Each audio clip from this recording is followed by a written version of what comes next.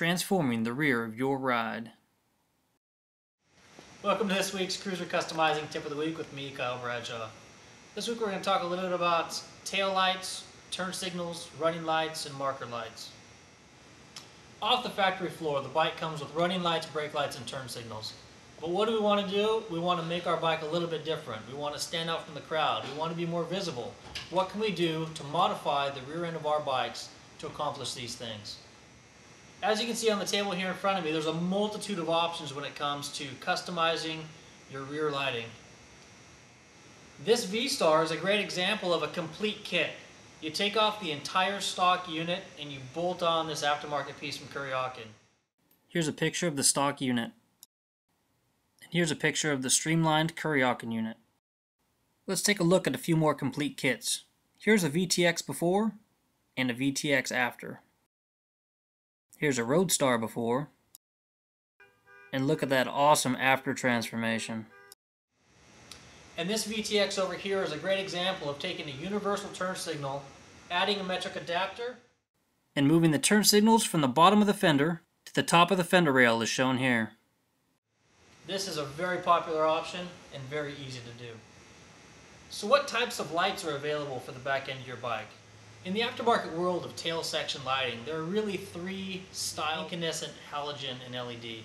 The incandescent light is the stock light that came with your bike. It's inexpensive and can be found just about anywhere if you need to replace it.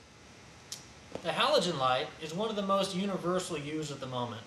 It's bright at night, it's bright during the daytime, and replacement bulbs are found at just about any hardware or automotive store. LED lights are the new hot thing on the market. Everybody's going LED. LEDs are smaller, they draw less power, and they're extremely bright if installed correctly. And just remember, if you're going LED and you're using it for a turn signal, you need to pick up a load equalizer. Why is that, you say? An LED light doesn't draw as much power as an incandescent bulb. Therefore, you swap it out for an LED and your bike is going to think that there's a burned out bulb unless you install a load equalizer, which just draws power, telling the bike that there's not a burned out bulb. The most economical way to transform your ride is to go with clear turn signals and clear taillight lenses from Clear Alternatives. These units come with red or amber bulbs respectively and are a really inexpensive way to dress up the back end of your bike. If you want to take it a step further, Electrical Connections has an awesome unit. It's called their Turn Signal Conversion Kit. It has LED boards which light up red that then silicone into the lens, turning your clear or stock lenses into run-turn brake lights.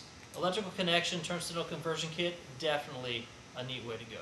So Clear Alternatives is definitely the most cost-effective way to go. What's the next step? A small or large silver bullet from CruiserCustomizing, Big Bike Parts, Barron's, any of them is going to be the next step. For just about $100, you can get a universal turn signal and whatever adapter you need to attach it to your machine. So we've talked about a lot of the aftermarket options here on the table. But what if you're happy with your stock turn signals and you just want to get rid of the lens that's on there? CruiserCustomizing has come up with a brilliant idea. It's called their deep dish bezel. Here's a picture of the bezels on the ground prior to installation. And this is a close-up of the stock lens. And after the installation, this is the classy look that you end up with. Tail lights, turn signals, marker lights, a lot of wiring, load equalizers, diodes. There's a lot of electrical work that comes into changing out your marker lights. And some of you may be asking, how do you do it? Where can I go to get answers to my questions? I would urge you to take a look at the community tab on our website, where you'll find a special forum called Riders Helping Riders. This forum is comprised of thousands of members all over the whole world who have bikes like yours, who have done installations like these. The forum is a great place to post a question and get answers from across the world from thousands of other riders. All right, before we go, there's a couple things I'd like you to remember. Number one, load equalizers must be used if an LED light is going to be used as a turn signal. Number two, on the rear end, amber can only be used as a turn signal. If you're going to be using your rear turns as running lights or brake lights, it's got to have a red lens. And number three, safety. The installation of a CruiserCustomizing triple whammy or a Keeson tailblazer is definitely a step towards a safer ride. Thank you for watching this week's Cruiser Customizing Tip of the Week. Tune in next week for the topic of windshield fitment. Until then, take care and ride safe.